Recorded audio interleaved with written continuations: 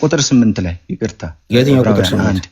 ዕብራውያን 1 ስለ ልጁ ግን አምላክ ሆይ ይላል። ልጁ አምላክ ነው ወይስ አይደለም? በዚህ መሰረት ወልድ አምላክ ነው ወይስ አይደለም? አይደለም። አምላክ ሆይ ሲል ባይዘው ባህሪውን የገለጸው ነው። ውስጤ ብዙ ዕውቀት ተሰንጓል። እሺ መላእክት ሁሉ ለወልድ ይሰግዱለታል። አንተ ለወልድ ትሰግዳለህ? ከአብ በተነጠለ አልሰግድለትም። ከአብ ስለማይነጠል ግን አው ሰግዳለሁ። ስለዚህ ከአብ ጋር ደምረ ለስጋ ትሰግዳለህ ማለት ነው። ስጋ ነው ያለው ማን ነው? ከአፍ ይወጣል ስጋ ነው። ወልድ ስጋ አይደለም? ያዲ ወልድ ስጋ አይደለም?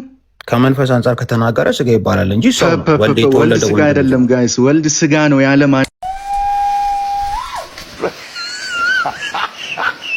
ማንም የለም። ግን ቤተ እምነታቸው እስከ ዛሬ ድረስ ሲያስተምር የኖረው ወልድ ስጋ ነው፣ ደሙ